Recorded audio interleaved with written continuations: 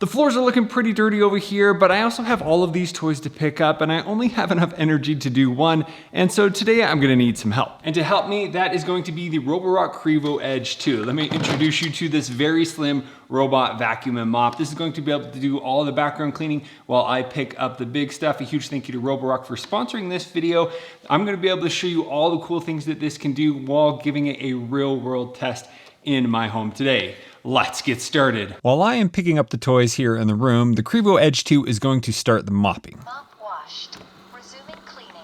It begins by getting the mop pads washed with 176 Fahrenheit temperature to have a nice cleaning on the floor. Then it's going to spin the 2 mop pads 200 times per minute with 30 different levels of water flow options. Now this has 8 newtons of downward pressure to really scrub the floor, giving it a streak-free finish. One of the big upgrades is the new design of the actual mop pad. Let's take a look at them to see what is new. They are crafted with a new high-density durable lock-and weave structure. This means that they are pill resistant and maintain their shape wash after wash. They have blended fibers which absorb fast, dry quickly, and protect the floors. They are also antimicrobial infused, which allows them to remove 99.99% of the bacteria from the floor.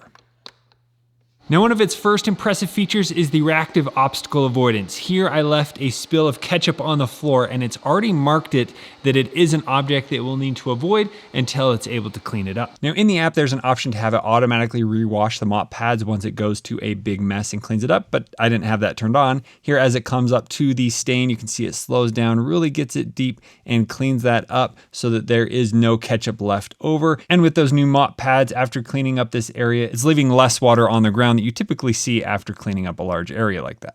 And checking back in on my progress, I can't believe how many toys there are. How many cars does one little kid need? It looks like I've gone to the front room and I'm never coming back. Back to the kitchen, the Qrevo Edge 2 is using DirTech. Here it detected a bunch of dirt, so it actually picked up the mop pads so it can vacuum that area only. And it would do the same if there is a large liquid area. It's going to pick up the brush at the front so it's not spreading the water everywhere. And then it sections up the dirt in just that area with its boosted suction power.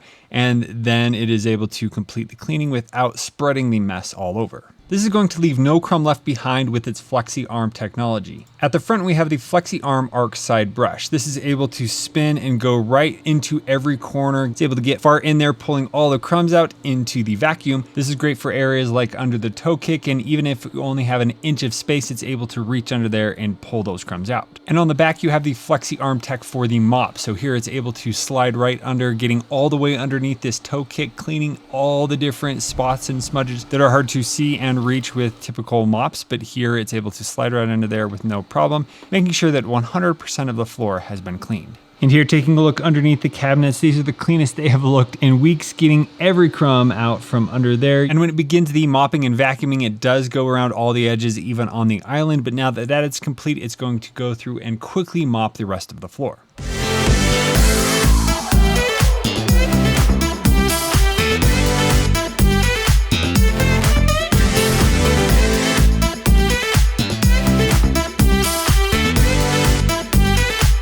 Checking back in on how I'm doing, I finally was able to get all of those tracks picked up, and boy, that was exhausting. I'm ready for a nap. The Qrevo Edge 2 has finished vacuuming and mopping the kitchen floor, and this looks so good. There were so many crumbs underneath the toe kick here and the cabinet, and then around different pillars and things that we have for the island, and it was able to get it all. I love how the FlexiReach arm and the mop pad was able to go out and get really far underneath those, pulling all the crumbs in, vacuuming them up. And I loved how the FlexiReach mop was able to get right up there underneath the edge of the cabinets to clean it. And now it came back to the charging station, cleaned the mop pads and emptied any dirty water. So we will need to empty that in here. So that gets pretty stinky if you don't do that. So we're gonna need to do that, but we still have tons of water for more mopping to do today. Then it uses a deep soak wash strategy to be able to clean those mop pads with that 176 hot water. Then after that's complete, it uses 131 Fahrenheit warm air to be able to dry them for next time. Now that I've also cleaned the room, I can go ahead and vacuum that area. There are a ton of crumbs that I need to pick up there, but I also need to do a little bit of mopping. So this has a few cool features here. One, it's able to pick up the mop pads in case it needs to go back and forth onto carpet and back onto cleaning with the mop. But the other option is it can just leave the mop pads here to complete carpet cleaning, so it's not going to get any of your other carpets wet. Let's check that out. Starting That click you heard was it dropping off the mop pads. There you can see they're left behind because they're wet, and now it's gonna go and do the vacuuming. Once it gets onto the carpet, it automatically turns on power boost, suctioning up to 25,000 Pascal of hyperforce suction. More on that in a bit, but here it's able to pick up all the different crumbs on the floor, getting as deep as it can. Once this is complete, it will go back to get the mop pads to do the mopping. Starting to reinstall mop cloth mounts. Mop washed. Resuming cleaning. Here it's choosing to go back over the rug to clean that area, but it can lift up the mop pads 12 millimeters. So if it does need to cross over a carpet, or if it still needs to do some vacuuming, it can do that without getting the carpet wet, because once the carpet gets wet and you step on it, it becomes dirty. There, as it got back onto the hardwood floor, it dropped down the mop pads, and now it is doing the mopping. It's getting ready to go back on the carpet to do some more vacuuming. There it picks up the mop pads. You can clearly see that. Sometimes it's hard to catch because it's so fast, but then it's going to go back and forth. And as it's doing right along the edge of the carpet, it has them picked up as well to get the cleaning done. Here it's back on the hardwood floor to finish the mopping.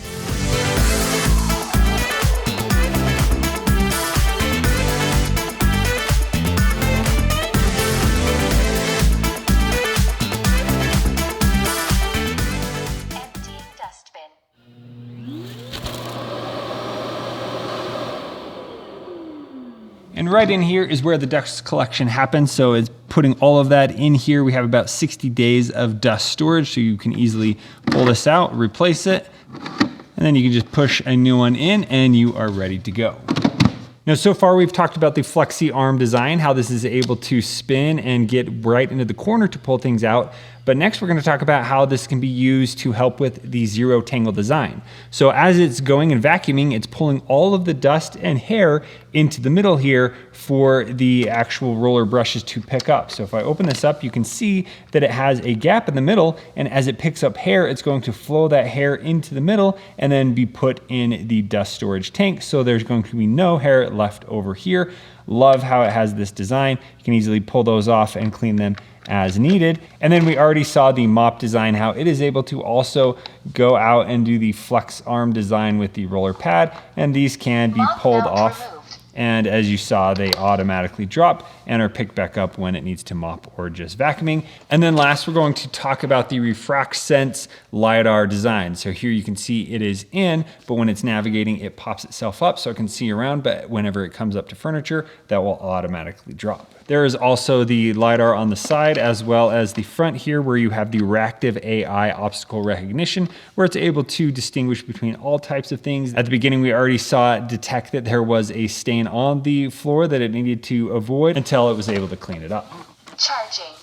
Let's head to some carpeted areas where we have some hidden dirt and some hard to reach places. Now, once the LiDAR retracts, it's actually only 7.98 centimeters tall, so it's able to fit under all kinds of furniture in your home. Now here we have this bookshelf that right under there, there's a little bar that most robots cannot fit under, so I'm really excited to see how it does cleaning under this. And there you can see it retracted the LiDAR, and now it's able to go all the way under with room to spare, cleaning all the way under that bookshelf. It's been a while since we vacuumed under there. Once it's done with that area, lifts the LiDAR up for continued navigation throughout the room. Here's our first reactive obstacle avoidance object. We have the charging cord that's typically there, and as it can see, it moves around it, backs up so it does not get tangled. After going under the bed, I saw the LiDAR pop back up, and I noticed that there was this cord hanging down, so it also lowers it so it doesn't get stuck on anything, which is great. When the LiDAR is retracted, it's using its 100-degree integrated vision module that takes over to be able to position where it is and helps maintain cleaning in confined routes.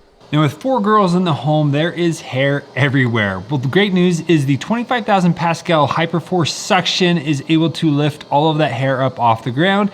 We're going to be doing a check after this room just to see how much hair it has picked up. But with the dual anti-tangle system featuring the dual divide brushes and the FlexiArm side brush, those working together is able to capture all that hair, get it into the main brush.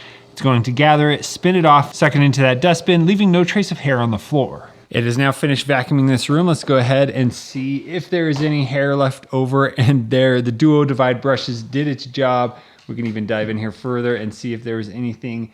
Nothing. It has been all unwound from this and put into the dustbin.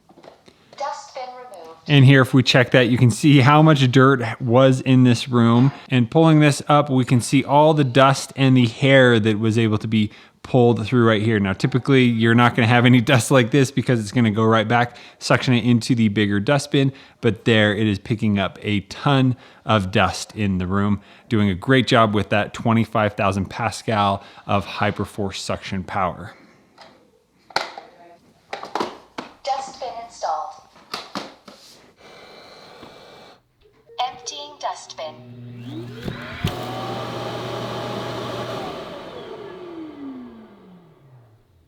And after just a little bit of work, we now have the entire kitchen floor clean. We also have picked up this entire room. It is looking great. And we are on to the final test, which is the reactive obstacle avoidance in the hallway. Here I've set out a few typical household items you might see that a robot will typically get stuck on. Well, one of the great things with the Qrevo Edge 2, it is able to see objects that are as small as 3 centimeters tall and 3 centimeters wide. There you could see with the animal droppings, had no problem keeping its distance around that. To the sock, it had no issues, again, keeping its distance, as well as with the shoes. Now in the back, I have a curtain set up. There's actually a feature where you can specify where there is a curtain so it can automatically pass through it. Now here in this test, it just went around it, so it avoided it, but it should be able to kind of push it away and continue cleaning under it so that all the parts of your home can be clean, even if you have curtains around, which I think is a great addition to the features of robotic vacuums. Now that we're done cleaning for the day, we need to make sure that we empty the dirty water bin, and it will let you know if you need to add some water. In here is your dustbin,